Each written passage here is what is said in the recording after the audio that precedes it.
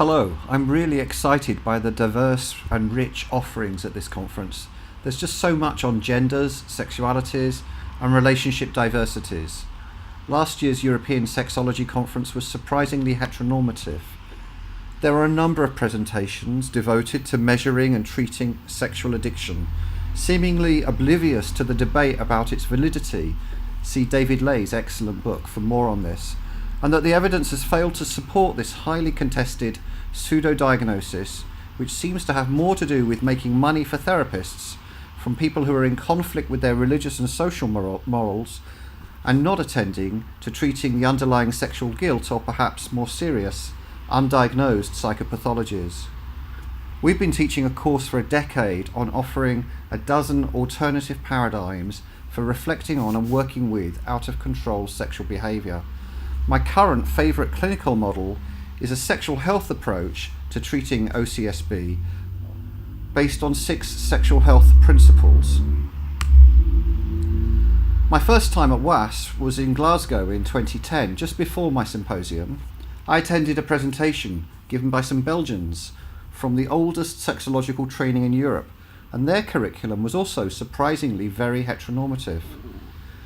The training for clinical sexologists seems to be about helping cisgender heterosexuals make babies. We're basically training people to help people breed. The DSM dysfunctions are built around assuming that there are only two genders, and helping the male get an erection firm enough for penetration to last long enough before he ejaculates, to offer some pleasure to his female partner so that she might be willing to repeat this experience again, and for him to be able to ejaculate inside her. Job done. For women, it's about helping her want to have PIV sex, to be able to be penetrated without pain or cramping, and hopefully have an orgasm, which we know is unlikely to come from penetration alone. Other activities which many people enjoy are referred to as foreplay, which further shames people for whom this is their preferred sexual activity. Sex therapy training doesn't focus on helping people have better sex. For example, how to deep throat a penis, how to help women masturbate, how to have energy breath orgasms, and how a skilled spanking or flogging can raise endorphins and help people reach ecstatic highs.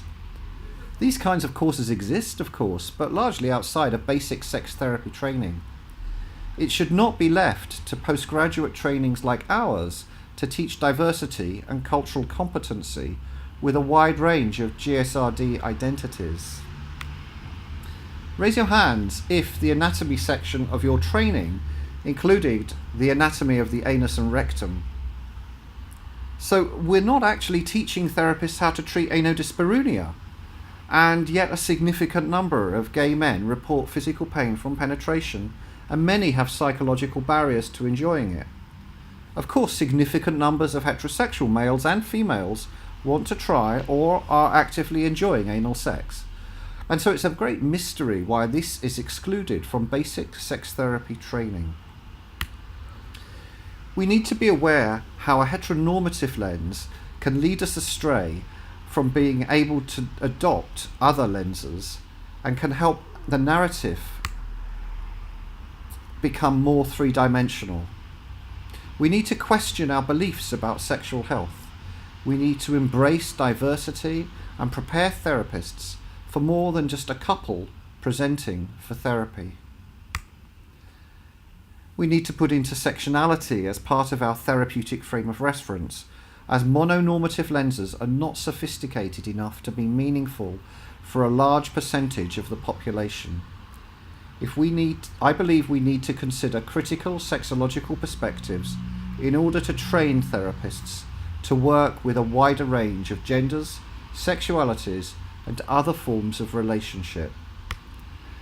You'll have had a flyer about our course. Please feel free to see me afterwards if you want to ask any more.